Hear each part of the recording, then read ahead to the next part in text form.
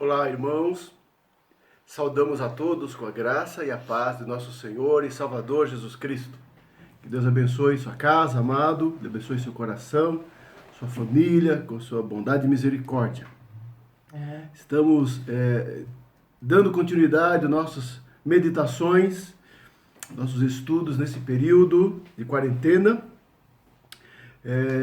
E pensamos quando será a nossa volta. Muitos estão preocupados, quando será o retorno às atividades presenciais da igreja. E eu gostaria de acalmar o coração dos irmãos. Isso acontecerá em breve, no tempo certo, na medida certa, na hora certa, desde que não vamos colocar em risco a saúde de nenhum membro da nossa igreja. Então, isso acontecerá.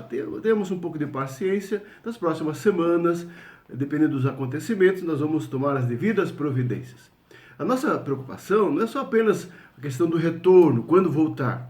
A nossa preocupação é um pouquinho mais ampla, porque nós sabemos que teremos que enfrentar uma crise sem precedentes e que a igreja deverá estar preparada para lidar com as questões econômicas, com as questões sociais, em torno do nosso país, né, e no mundo todo. Então, a igreja precisa estar preparada para esse momento. E será que estamos preparados? Será que, como povo de Deus, estamos preparados, estruturados para resistir, enfrentar esta situação nova que se nos apresenta? Então, eu gostaria de convidar os irmãos a juntos meditarmos no Senhor o seguinte tema: o que Deus espera do seu povo nesses tempos de crise? O que Deus espera de nós? Que atitude o Senhor espera de nós? E para isso, eu gostaria de meditar com os irmãos, nesta oportunidade, no livro do profeta Miqueias, no Antigo Testamento. Tá? Então, tendo como base o texto principal, Miqueias capítulo 6, versículos de 1 a 8. Diz assim a palavra do Senhor: Deus e seu povo em juízo, é o título dessa porção. Ouvi agora o que diz o Senhor. Levanta-te, defende a tua causa perante os montes e ouçam os outeiros a tua voz. Ouvi, montes, a controvérsia do Senhor e vós, duráveis fundamentos da terra, porque o Senhor tem controvérsia com o seu povo e com Israel entrará em juízo. Povo meu, que te tenho feito? E com que te enfadei? Responde-me. Pois te fiz sair da terra do Egito e da casa da servidão te remi. E enviei adiante de ti Moisés, Arão e Miriam.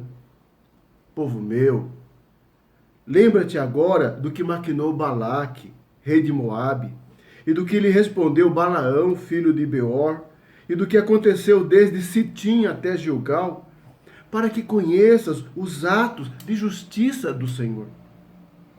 Com que me apresentarei ao Senhor e me inclinarei ante o Deus excelso? Virei perante ele com holocaustos, com bezerros de um ano? Agradar-se-á ao Senhor de milhares de carneiros, de 10.000 ribeiros de azeite? Darei o meu primogênito pela minha transgressão, o fruto do meu corpo pelo pecado da minha alma? Ele te declarou, ó homem, o que é bom e o que é que o Senhor pede de ti: que pratiques a justiça e ames a misericórdia e andes humildemente com o teu Deus. Oremos. Ó Deus amado, tenha misericórdia de nós e abençoa a tua igreja querida, tua igreja amada, igreja que o Senhor tem cuidado, igreja que o Senhor tem abençoado, igreja que o Senhor tem protegido. Nós agradecemos ao Senhor os atos de bondade e misericórdia que nós temos experimentado como povo do Senhor, nesses dias conturbados, esses dias difíceis, de muita batalha, de muita luta, de muitas perdas. Ó Pai, mas o Senhor tem guardado tua igreja, o Senhor tem guardado as nossas vidas, tem guardado as nossas famílias, e nós louvamos e bendizemos ao Senhor. Rogamos a tua graça sobre aqueles que ainda se encontram enfermos. Que o Senhor abençoe ricamente os nossos amados irmãos, principalmente aqueles que estão nos hospitais internados. Que a graça do Senhor esteja sobre cada um deles, em nome de Jesus. e fala conosco, ó Pai, através da Tua palavra, nesta oportunidade, nesse momento de devoção ao Senhor. É a nossa oração, Senhor, em nome de Jesus. Amém, Senhor, amém.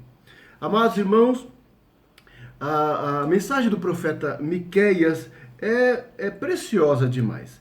E ela assim, traz uma mensagem de esperança, de conforto, de alerta, de exortação, mas uma mensagem assim, dentro de um contexto importante que precisamos conhecer na vida e na história do povo de Israel. Então, para nós entendermos esta mensagem, o que se aplica ao nosso coração, eu gostaria de compartilhar com os irmãos algumas explicações sobre o contexto, a história do profeta, o momento do profeta, para entendermos a sua mensagem. Mensagem extremamente atual, extremamente pertinente para o povo de Deus, principalmente nos dias de hoje, dias de crise. Então, gostaria de compartilhar com os irmãos algumas informações sobre esse livro maravilhoso. No capítulo 1, capítulo 1, versículo 1, o início do livro diz assim: Palavra do Senhor, que em visão veio a Miqueias, morastita, nos dias de Jotão, nos dias de Acás e Zedequias, reis de Judá, sobre Samaria e Jerusalém. Bom, tem muita informação importante aqui, né? É a palavra, é a mensagem profética, é o oráculo de Deus através do seu mensageiro Miqueias. O nome Miqueias é significativo. Ele diz o seguinte: quem é semelhante ao Senhor? Ou poderia assim: quem, ó Deus, é semelhante a ti? É uma expressão preciosa, uma expressão vibrante, né, que confronta o povo. No nome do profeta, uma mensagem de mostrar, de revelar a grandeza, a superioridade do Senhor. Miqueias foi um profeta contemporâneo do profeta Isaías, né? Ele profetizou na época do profeta Isaías, embora ele fosse mais jovem. Isaías foi um profeta importante, que viveu na corte, em Jerusalém, na cidade grande. Miqueias foi um profeta da comunidade rural, era entre os camponeses. Diz a palavra que ele nasceu, levou a mensagem na cidade de Moresete, ou seja, ele era um morastita.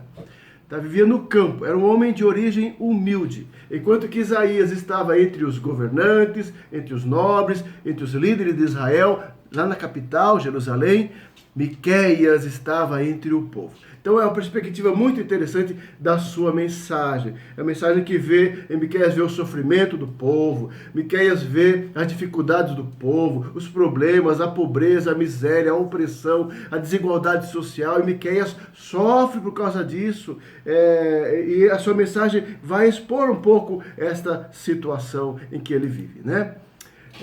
A sua profecia, diz o texto, foi proferida durante o reinado de 3 reis importantes em Judá: Jotão, Acás e Ezequias. Eu vou falar um pouquinho sobre ele. Eles reinaram consecutivamente entre 740 e 697 a.C. É por volta do século VIII a.C., cerca de 800 anos antes de Cristo. Nesse tempo, ele conviveu o período de ascensão do Império Assírio, que foi um importante reino, civilização, que governou e conquistou as terras ali na Mesopotâmia, no Oriente, no chamado Oriente Próximo ali. Foi um rival do Egito, embora o Egito não tivesse tanta força naquele período. Mas a Síria foi o reino dominante, foi o reino que tomou, inclusive, o reino do Israel no norte, e deportando os israelitas para outras terras, né? Tomou a cidade de Samaria, a capital do reino de Israel, no ano 722. Ou seja, em termos assim políticos, foi um período conturbado, um período de guerras, um período de ameaças. Judá estava no meio desta batalha. onde estava o profeta Miqueias, onde estava Isaías, e Miqueias foi uma testemunha ocular nesse período, ou seja, no meio dessas batalhas, ameaças e guerras, ele viu o sofrimento do povo. Quem mais sofre nessa época de guerra é o povo pobre, as aldeias invadidas, saqueadas. O povo é o que mais sofre, certamente, nesses períodos, e Miqueias viu este sofrimento e partilhou da dor do povo, ok? Os três reis citados, Jotão, Acás e Ezequias, é importante entender assim.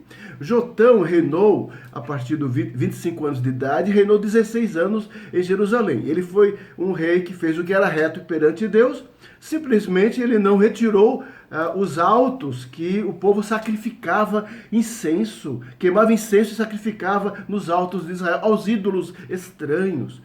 Foi um bom rei, mas não fez tudo correto. O outro rei foi Acás.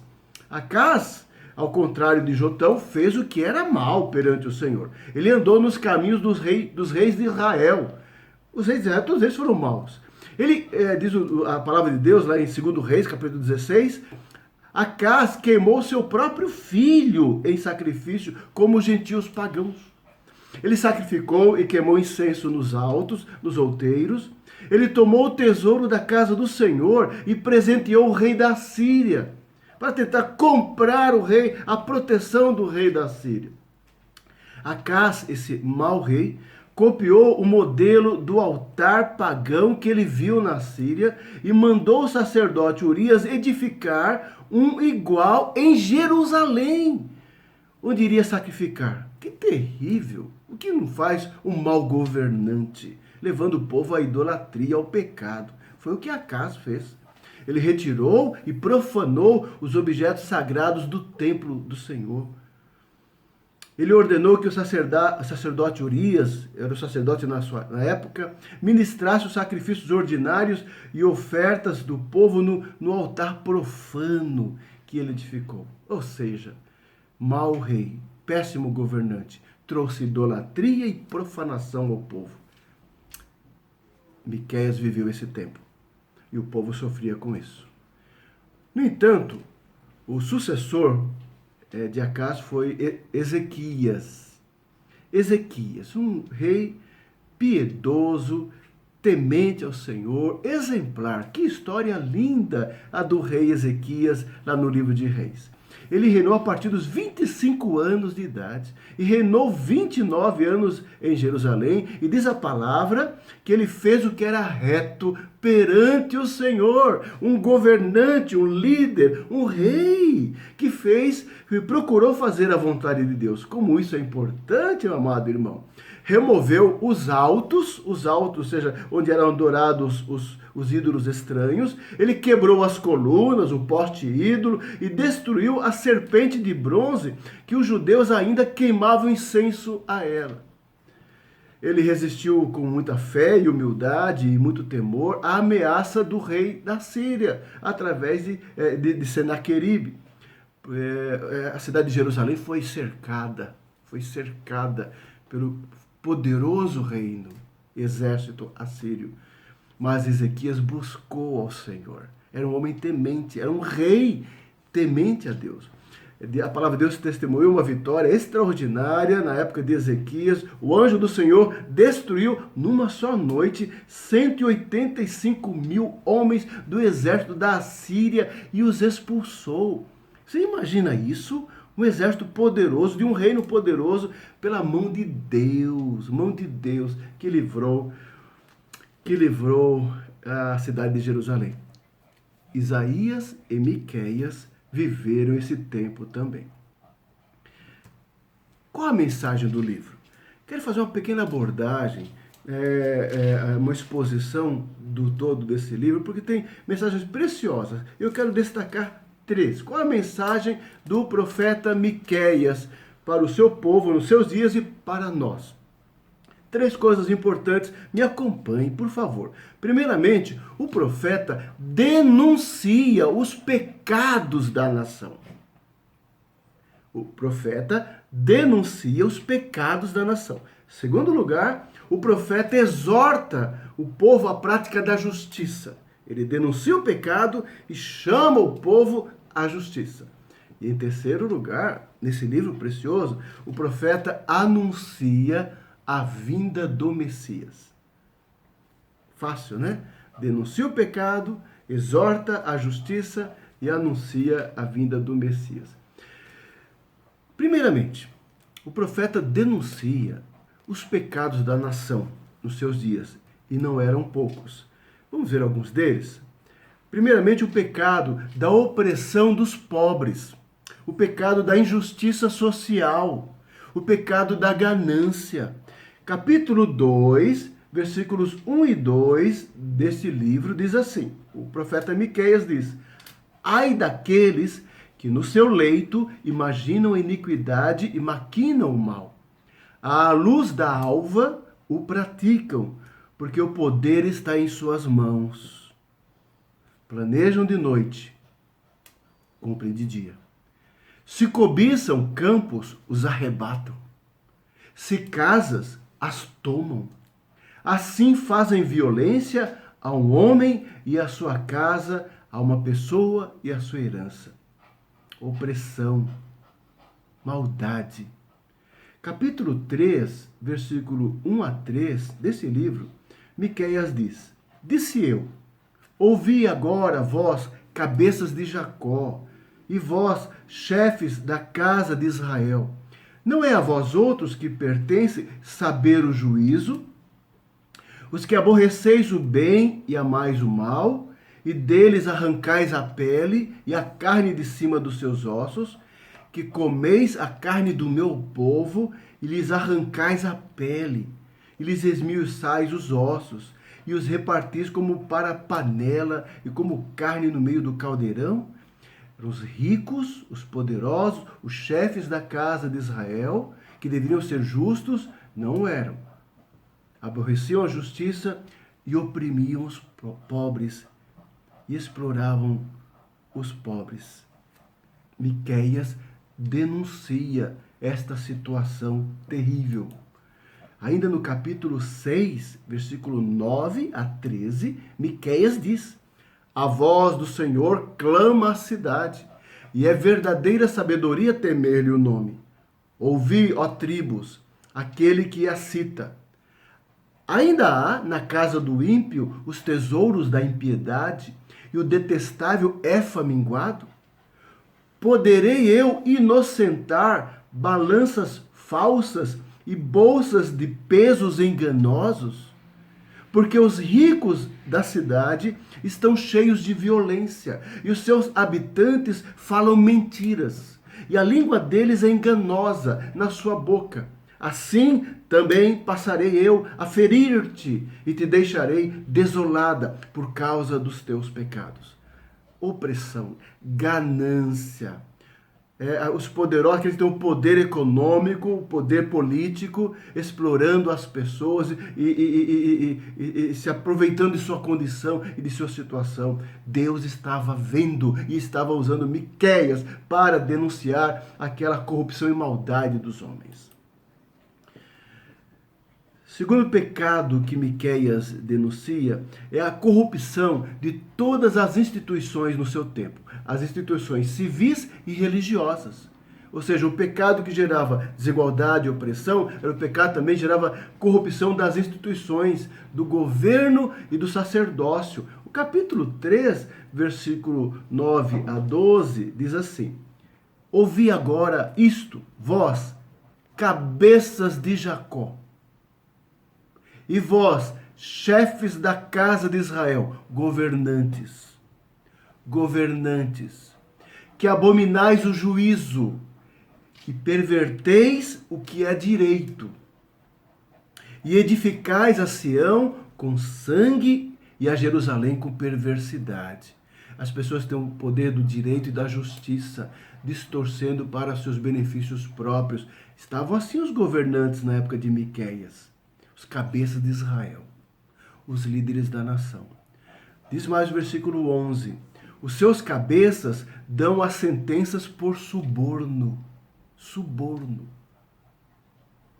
Os seus sacerdotes ensinam por interesse, e os seus profetas adivinham por dinheiro. e ainda se encostam no Senhor, dizendo: não está o Senhor no meio de nós, nem o mal nos sobrevirá.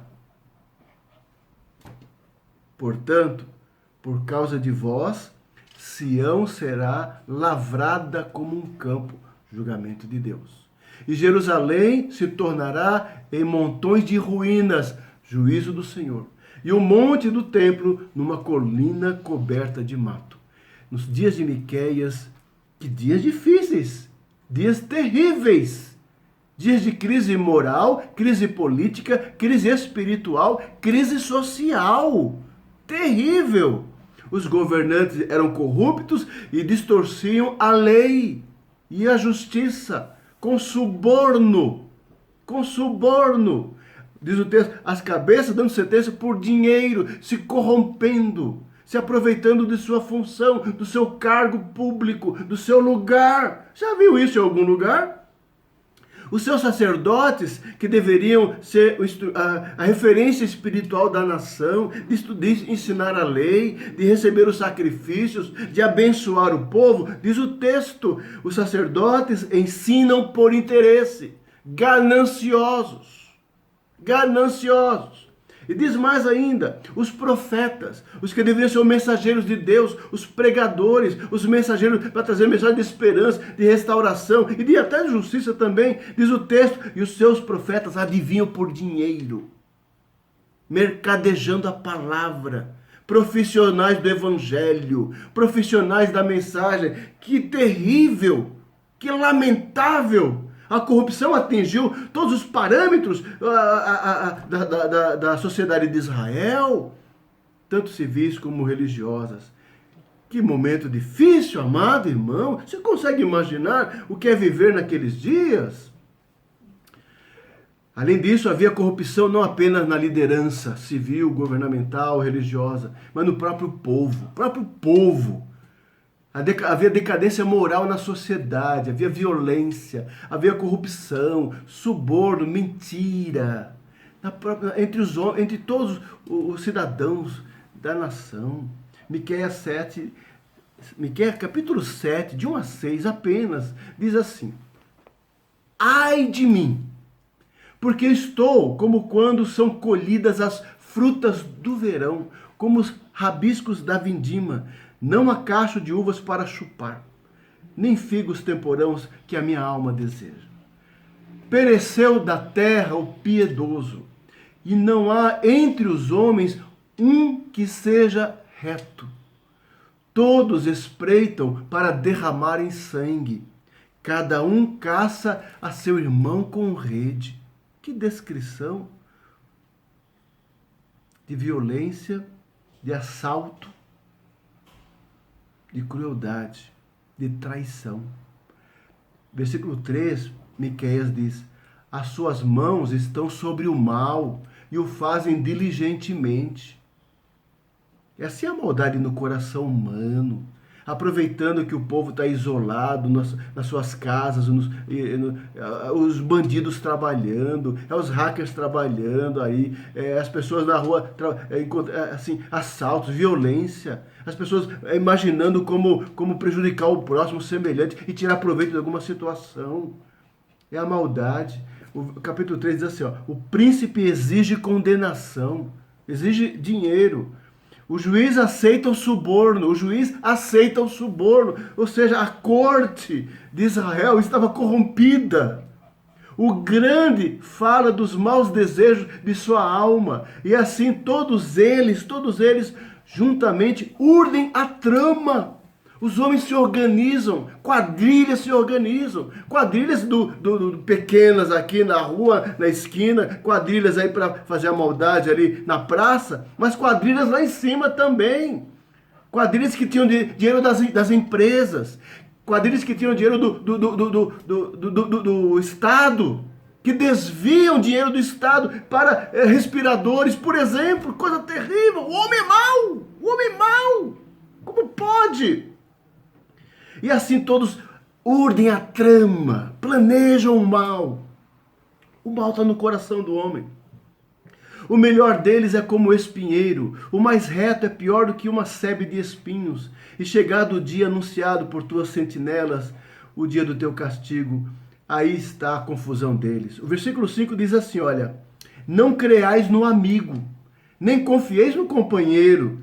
Guarda a porta de tua boca aquela que reclina sobre o teu peito, porque o filho despreza o pai, a filha se levanta contra a mãe, a nora contra a sogra. Os inimigos do homem são os da sua própria casa. Quantos problemas em família, quantos traumas, quantos conflitos. O mal está no coração do homem. Estava lá na época de Miqueias, de uma forma muito mais ampla.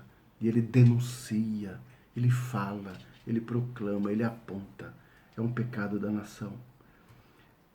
Diante disso, Miqueias denuncia o pecado. Corrupção, ganância, decadência. Mas o profeta não fica apenas nisso. Ele chama o povo, ele exorta o povo a um quebrantamento. Ele exorta o povo à prática da justiça. Ele mostra o pecado é esse. Ele chama o povo, ele convida o povo ao arrependimento, exortando a prática da justiça. Isso nós encontramos no capítulo 6. O texto que nós lemos aqui no início dessa meditação. Aqui o capítulo 6 mostra, no versículos 1 e 2, que Israel está perante o tribunal de Deus. Versículo 2 diz assim, ouvi montes a controvérsia do Senhor e vós duráveis fundamentos da terra, porque o Senhor tem controvérsia com o seu povo e com Israel entrará em juízo. Com Israel entrará em juízo. Ou seja, diante desse pecado todo, Deus não fica assim neutro nisso. Deus está vendo e Deus iria agir. Deus está agindo em nossos dias. Deus não é neutro, que está apenas olhando o que o homem está fazendo. O Senhor está operando, o Senhor está presente na história. O Senhor está intervindo, castigando, disciplinando, julgando, guardando. O Senhor está presente de muitas maneiras. Como lá, através da mensagem de Miqueias, Deus tinha uma controvérsia, um juízo contra o povo de Israel por causa do seu pecado. E aqui nesse texto, aqui no capítulo 6, nós vemos facilmente quais são esses 4 pecados que Deus apresenta no tribunal, que Israel teria que responder. Quais são os pecados? Primeiramente, o pecado da ingratidão. O pecado de Israel da ingratidão. Versículo 3 e 4 diz assim, povo meu, que te tenho feito e com que te enfadei? Responde-me. Pois te fiz sair da terra do Egito e da casa da servidão te remi. E te enviei adiante de ti Moisés, Arão e Miriam. É Deus falando. É Deus falando à nação. Por que vocês estão cansados de mim? Por que vocês estão aí acendendo incenso para outros deuses? Ou queimando, oferecendo sacrifícios nos montes para outros deuses vãos, inúteis? O que aconteceu, Israel? Você se esqueceu de quem eu sou? Você esqueceu do que eu fiz? É o que Deus está falando. Deus está clamando, mostrando ao povo a ingratidão do seu coração. Às vezes acontece isso no meio do povo do Senhor, muitas vezes. Se esquecem dos feitos de Deus. Se esquecem das obras de Deus. Se esquecem dos milagres do Senhor. Se esquecem da grandeza do Senhor na sua vida. Começam a reclamar, a lamentar, a murmurar. Murmurar. Como Israel tanto fazia, tanto fez lá no deserto e toda a sua história. A ingratidão é um pecado terrível para com Deus. Amado, seja mais agradecido. Seja mais agradecido. Levante as mãos para o céu e louve ao Senhor pelas as manifestações de sua graça na sua vida, de sua providência na sua casa. E veja isso e glorifique o nome do Senhor. Havia pecado em Israel e era ingratidão. O segundo pecado acontece com a gente também. O versículo 6 e 7 diz assim, como se, de uma forma assim que a defesa do povo, dizendo, com quem me apresentarei perante o Senhor e me inclinarei ante o Deus excelso? Virei perante ele com holocaustos, com bezerros de 1 ano? Agradar-se-á o Senhor de milhares de carneiros, de 10.000 ribeiros de azeite? Darei o meu primogênito perante a minha transgressão? Isso é uma presunção. É achar que com seus sacrifícios e com seus atos, com suas obras, poderiam agradar a Deus. Assim, os homens acham que as coisas que fazem vão barganhar com Deus. Barganhar com Deus. com a sua religião, com suas obras. Não, Deus não se deixa enganar, não, com nossas barganhas, com nossas obras. Deus vê o nosso coração, a sinceridade da nossa vida. Deus vê, ele filtra e sabe exatamente quando somos sinceros em nossa religiosidade, em nossa expressão de fé, em nossa vida cristã. O Senhor nos testa, o Senhor nos prova. Israel estava sendo desaprovado. Havia lá, enquanto eles adoravam lá nos montes aos ídolos pagãos, eles iam ao templo oferecer os sacrifícios do Senhor. Enquanto eles cultuavam os deuses do mundo, eles iam na igreja oferecer louvores ao Senhor. Deus não se deixa enganar com essa presunção religiosa que havia. É o segundo pecado que eles estão respondendo no tribunal de Deus. O terceiro pecado está no versículo 10 e 12 do capítulo 6. 10 a 12. Diz assim, ó, é o pecado da ganância. Então havia ingratidão, havia presunção religiosa e havia ganância. Versículo 10 a 12 diz assim: ainda há na casa do ímpio os tesouros da impiedade e o detestável éfa minguado? Poderei eu inocentar balanças falsas e bolsas de pesos enganosos? Porque os ricos da cidade estão cheios de violência, e os seus habitantes falam mentiras, e a língua deles é enganosa na sua boca. Havia ganância, amor ao dinheiro, apego ao dinheiro. E Deus, o profeta apronta isso, e o povo estava diante do tribunal do Senhor. A nossa sociedade é um pouco diferente disso, esse nosso mundo ocidental. Estamos pagando os nossos pecados de materialismo, de consumismo exagerado, de amor aos bens, de amor às coisas. Meu Deus, que tempo difícil para reflexão, para entender muitas coisas, amados. Miqueias, a mensagem do profeta denunciava exatamente o mal que aqueles homens estavam fazendo. Ingratidão, presunção e ganância, apego. E por causa do seu apego, balanças enganosas, sabe, para ficarem ricos e oprimirem. É assim que os homens fazem para chegar no seu sucesso, na sua realização, para atingir as suas metas. Eles passam por cima mesmo. Eles mentem. Os homens mentem. Modificam documentos, modificam contratos, enganam para conseguir atingir seus resultados finais. É assim o ser humano, ganancioso, ganancioso. O mal está no coração do homem e Deus trabalha. O homem tem que se converter, se quebrantar da sua ganância, da sua avareza, do seu apego ao dinheiro. Mas há um quarto e último pecado que o povo estava diante do tribunal de Deus. E é a fonte de todos os outros males. É o pecado da idolatria. Idolatria. Versículo 15 a 16. E está falando da idolatria não dos povos vizinhos de Israel, Amon, Moabe, os filisteus, Tiro, Sidom. Está falando idolatria no meio do povo santo, no meio do povo de Deus, o povo da aliança, o povo da promessa. É por isso que Deus estava irado, indignado com a nação. Versículo 15 a 16 diz assim: semearás, contudo não cegarás, pisarás a azeitona, porém não te ungirás com azeite. Pisarás a vindima, no entanto, não lhe beberás o vinho. Porque observaste os estatutos de um Onri. Onri foi um rei profano, um rei mau.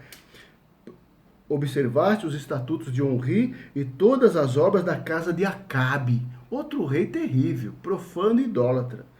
E andaste nos conselhos deles. Por isso, diz o Senhor, eu farei de ti uma desolação e dos habitantes da tua cidade um alvo de vaias. Assim trareis sobre vós o opróbrio dos povos. E veio.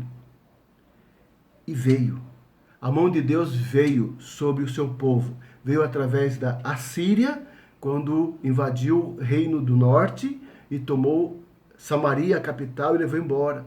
E viria 100 anos depois, através da Babilônia, sobre Judá também. A mão de julgamento, a mão da disciplina de Deus, a mão do castigo de Deus sobre o seu povo desobediente. Pastor, que desobediência principal? A idolatria. Você quer um pecado pior que a idolatria? Quando o homem, na idolatria, ele nega o seu Deus. Ele nega, ele afronta. O crente, quando passa a colocar outras coisas na vida em primeiro lugar, começa a negar o seu Deus. Não quer dizer que ele vai se dobrar a algum ídolo, alguma entidade, mas no seu coração, quando ele deixa de servir a Deus, primeiramente, ele começa a cair no pecado da idolatria, sem dúvida alguma, sutilmente. Quando Deus não está em primeiro lugar, quando Deus não é o objeto maior da sua vida, de adoração, de obediência, de servir, de entrega, de consagração, quando o homem não está nesse processo maravilhoso de consagração ao Senhor, o seu coração é aberto a entrar outros ídolos, que pode ser ele mesmo, o seu ego, pode ser o dinheiro, pode ser a profissão, qualquer outra coisa. Quando Deus não está em primeiro lugar, pecados da idolatria, muitos problemas em nossa sociedade, muitos mesmo, é por causa do problema da idolatria. O homem colocou o ser humano no centro de todas as coisas. O ser humano é o centro de todas as coisas. Deus, põe a tua mão, só há um Deus e só ele deve ser adorado. Havia isso em Israel, foi a mensagem do profeta. Israel estava perante o tribunal, a humanidade está diante do tribunal de Deus. A idolatria é prevalecente em todo lugar. Diante desse tribunal, aí chama-nos a atenção o capítulo 6. Diante desse quadro, o que Deus espera do seu povo? Diante desse quadro de corrupção, diante desse quadro de desobediência, de decadência e de ingratidão, o que Deus espera do seu povo? O versículo 8 diz: Ele te declarou, ó homem, o que é bom e que é o que o Senhor pede de ti, que pratiques a justiça, ames a misericórdia e andes humildemente com o teu Deus. Teu Deus. Praticar a justiça em contraste, para entender bem assim essa expressão, para não ir muito longe, né? O que é a justiça na Bíblia, todos, não. Praticar a justiça no contexto aqui de Miqueias mesmo.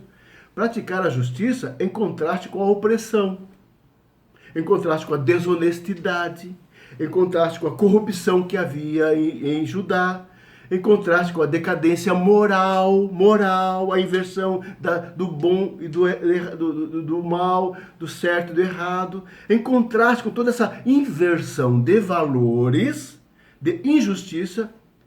O homem de Deus, eu e você, é chamado a praticar a justiça. É a retidão do coração. É o olhar, é a retidão em nossas escolhas, em nossa postura, em nosso caminhar, em nosso pensar, em nossos julgamentos, em nossas atitudes. Isaías capítulo 58, versículo 2, Isaías 58, 2, o profeta Isaías diz assim: Mesmo nesse estado, ainda me procuram dia a dia. Tem prazer em saber os meus caminhos, como o povo que pratica a justiça e não deixa o direito do seu Deus. Perguntam-me pelos direitos da justiça, tem prazer em se chegar a Deus.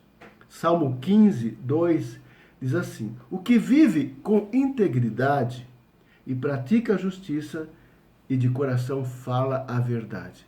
Há muitas coisas relacionadas à justiça, à retidão, à verdade, à integridade e tantas outras coisas. É o que Deus espera de nós.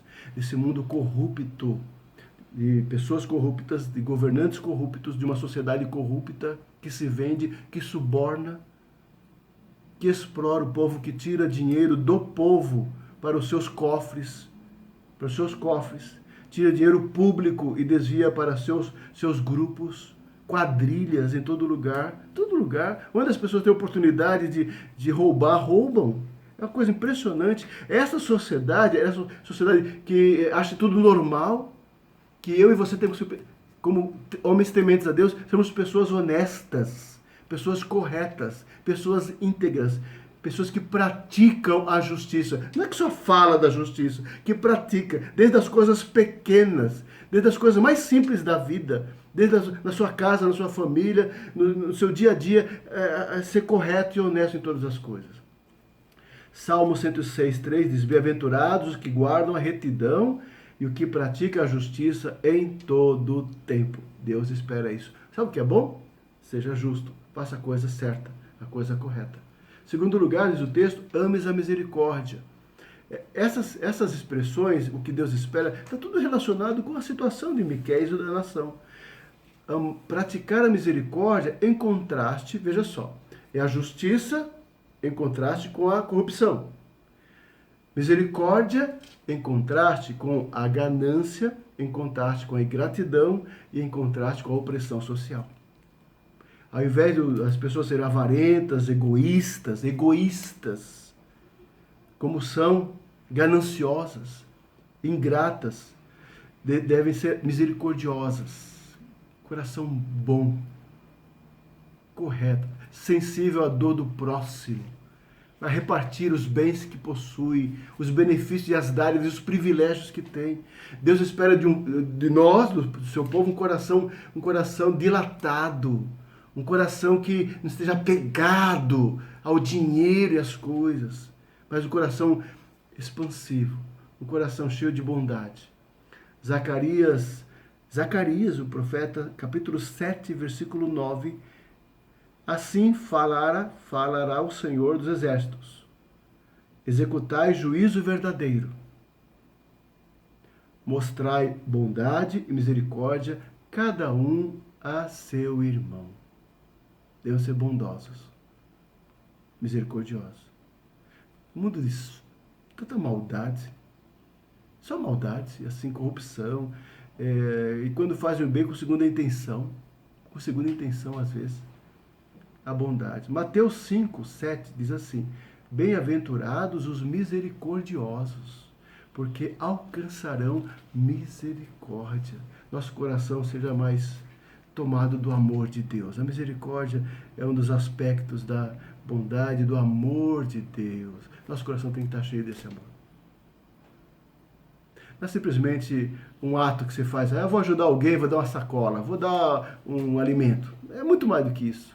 Não é o ato em si, é o seu coração, cheio de bondade, ternura e misericórdia.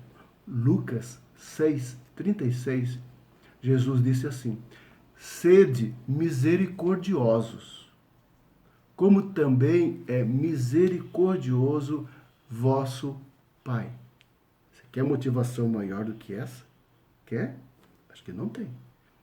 Assim como Deus é, e nós somos seus filhos, devemos expressar esses atributos preciosos do nosso Pai. Terceiro lugar, primeiro é justiça, depois misericórdia. O texto fala, e andes com Deus. E andes com Deus.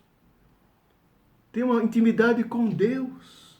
Ande na presença do Senhor. Essa vida de comunhão com Deus, que Deus quer. Deus está falando ao povo. É isso que eu quero, que andem comigo. Sabe por quê? Isso é em contraste com aquela presunção religiosa. A idolatria que havia em Israel. É um contraste. Ao invés da idolatria, do coração ruim deles, da indisposição que eles tinham para o próprio Deus, Deus está chamando a comunhão, a andar na sua presença, a ter intimidade com Ele. E essa intimidade é marcada por uma vida de devoção, uma vida de piedade sincera, na presença do Senhor. Não é uma falsa religiosidade baseada na hipocrisia, no legalismo, no formalismo. Não! Não é uma mera religiosidade aí para agradar famílias, pessoas e ter algum status. Isso não é nada. Deus vê o coração. Deus quer sinceridade, uma vida na presença do Senhor. É uma piedade verdadeira e sincera. Uma devoção verdadeira. Gênesis capítulo 5, versículo 24, diz assim, andou Enoque com Deus e já não era, porque Deus o tomou para si.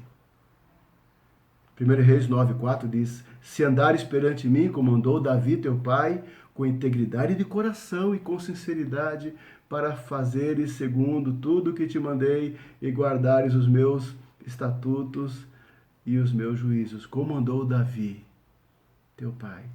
Andou na presença do Senhor, integridade de coração e sinceridade. Deuteronômio 30, versículo 16 diz, se guardares o mandamento que hoje te ordeno, que ames o Senhor, teu Deus, andes nos seus caminhos e guardes os teus mandamentos, os seus estatutos e os seus juízos, então viverás e te multiplicarás. E o Senhor teu Deus te abençoará na terra a qual passas a possuir. Que coisa preciosa!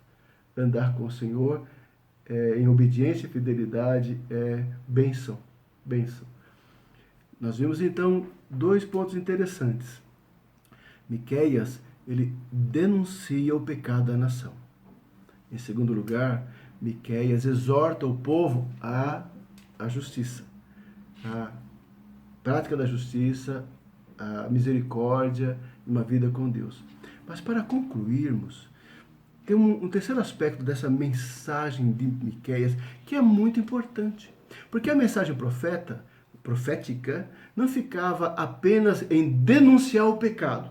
Eles e outros profetas o fizeram, denunciando o pecado da nação. E também não ficava somente em exortar o povo ao arrependimento diante do julgamento de Deus. Eles fizeram isso também. Mas há um terceiro elemento na mensagem profética, não apenas de Miqueias, mas de outros profetas, que é a mensagem messiânica. É a mensagem de esperança. Não é apenas denunciar o pecado, é anunciar vida e salvação. Não é apenas chamar a exortação a mudar de vida agora, mas mostrar que é uma vida superior que nos aguarda. Essa mensagem que nos traz conforto no meio de crise, acima de tudo. Não apenas apontar o erro dos governantes, o mal da sociedade, e nem apenas chamar o arrependimento para mudar tudo isso. Mas dizer que há algo maior, que é um reino maior, que é uma esperança maior, que está acima de todas as coisas. Por isso, Miqueias traz essa mensagem de esperança. Ele anuncia a vinda do Messias.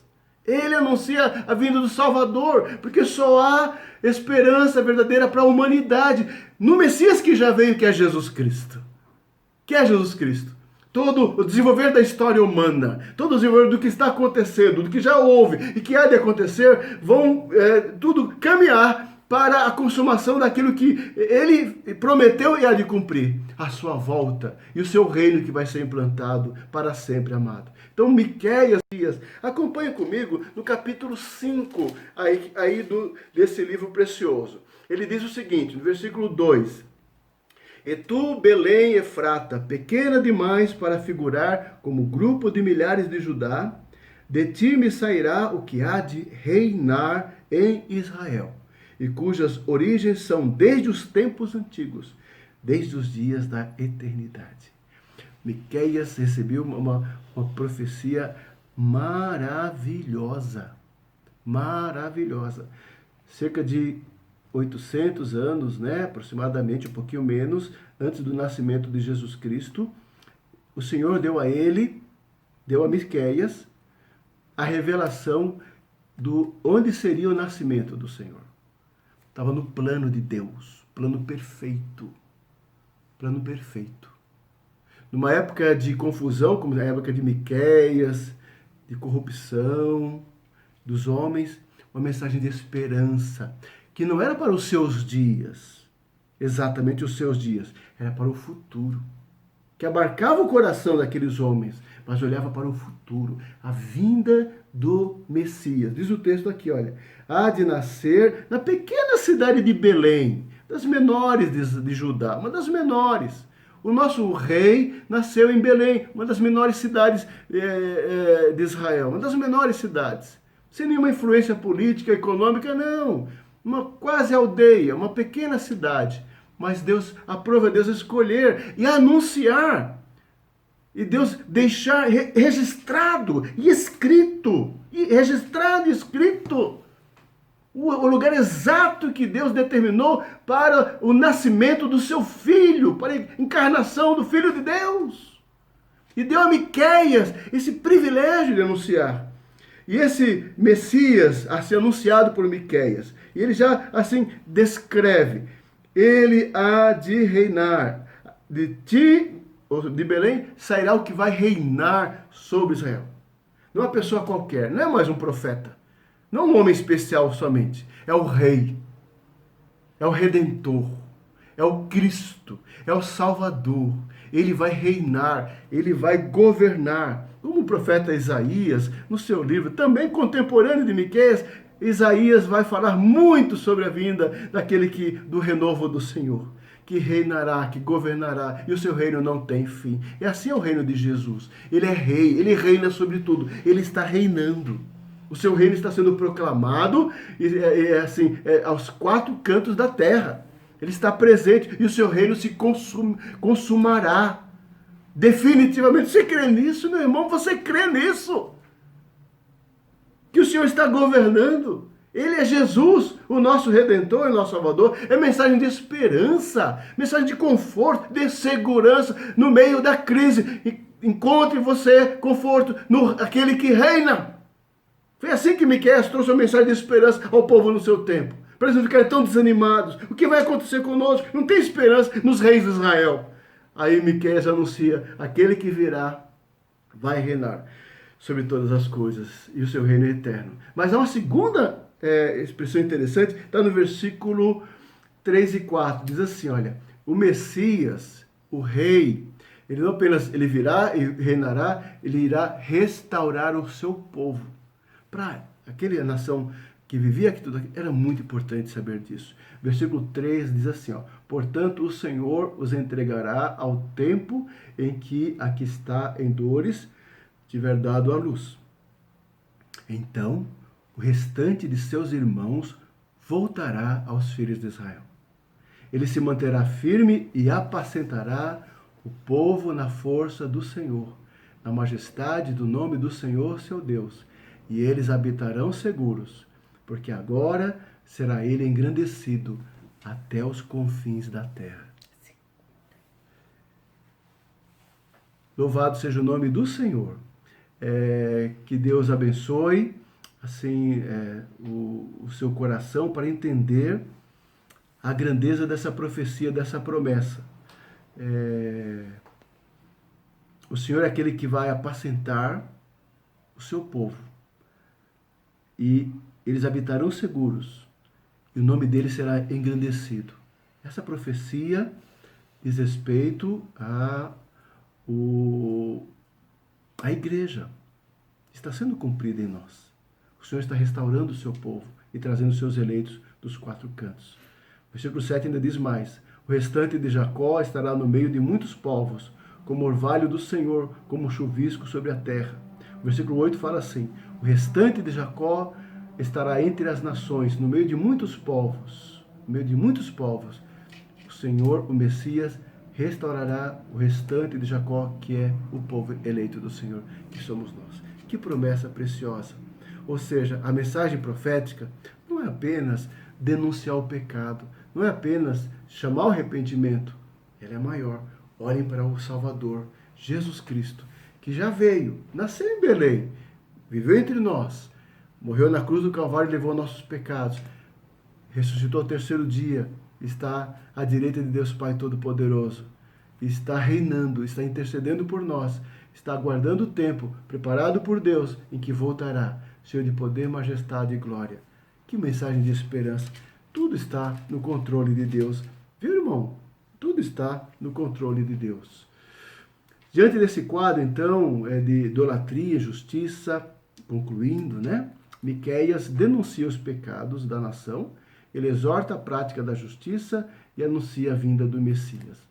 Por isso, amado irmão, diante disso, que possamos compreender essa mensagem e o desafio que nós temos de praticar a justiça nesse mundo tão corrompido e difícil que temos, e anunciar esse mundo que é a esperança, apesar de todo esse caos, né, e corrupção, a esperança está em Jesus, né, e que apesar do juízo de Deus estar sobre a humanidade, né, a misericórdia do Senhor também se manifesta no Evangelho, para todo aquele que se quebranta, todo aquele que se arrepende, todo aquele que crê. Como é importante, irmãos e urgente, que nós sejamos agentes de transformação da sociedade. Nós sejamos um instrumento de transformação da sociedade, sendo nós aqueles que praticam a justiça, aqueles que amam a misericórdia, aqueles que andam com Deus e que aqueles que anunciam a vinda de Jesus Cristo aos homens, onde há esperança. Ou seja, nós não olhamos para a fé cristã, para a igreja, tão preocupada somente com as questões temporais. Sim, temos preocupação e vamos lidar com elas, com certeza. Atender às demandas, socorrer os aflitos, os necessitados, os famintos. Sim, mas nunca perdemos de vista algo maior, algo superior, que é a mensagem de salvação em Jesus Cristo, de reconciliar os homens com Deus. Os homens serem reconciliados com Deus por meio do Evangelho de Jesus Cristo e serem salvos, e glorificarem o nome do Senhor. E aí sim terão paz verdadeira. Sua sede será saciada e sua fome será suprida. É a fome espiritual. É isso que a humanidade precisa mais do que todas as coisas. Mais do que todas as coisas. Precisamos ter uma visão vertical na nossa evangelização. Vertical, a visão em nossa obra social, uma visão vertical também, olhando para a glória de Deus, a vontade de Deus, o louvor do Senhor, a obediência ao Senhor. Que Deus nos ajude, amados, a atravessar esta crise, que nós não sabemos quanto tempo irá durar, e vai durar um pouco a mais do que nós imaginamos mesmo, mas vamos atravessar com firmeza, com perseverança, com confiança, com coragem e com fé. Que Deus te abençoe, meu querido irmão. Tenha uma ótima semana na presença do Senhor. Que essa mensagem traga conforto, alento e esperança. Proclame, multiplique esta mensagem para outras pessoas, para alcançar outras pessoas, para abençoar outras pessoas. É a nossa oração. Fique na paz do Senhor, que Deus te abençoe. Oremos. Ó Pai, obrigado por esta oportunidade de estudar a palavra do Senhor e pela mensagem preciosa de Miqueias. Que o Senhor fale ao nosso coração, que o Senhor abençoe a tua igreja, que o Senhor prepare a tua igreja para esses tempos difíceis de crise. Ó Pai, que nós haveremos ainda de lidar com elas por algum tempo. Dá-nos força, dá-nos discernimento e sabedoria, Senhor, e estrutura emocional e espiritual. Ó Pai amado, para suportar as dificuldades, temos paciência no momento das adversidades e confiança no Senhor. É a nossa oração. Em nome de Jesus. Amém. Recebei a bênção, amados. Que a graça do Senhor Jesus, que o amor de Deus, nosso Pai, que a consolação do Espírito Santo estejam sobre vós e sobre a sua amada igreja espalhada pela face da terra. Hoje e para todos sempre. Amém, Senhor. Amém. Deus abençoe. Um grande abraço.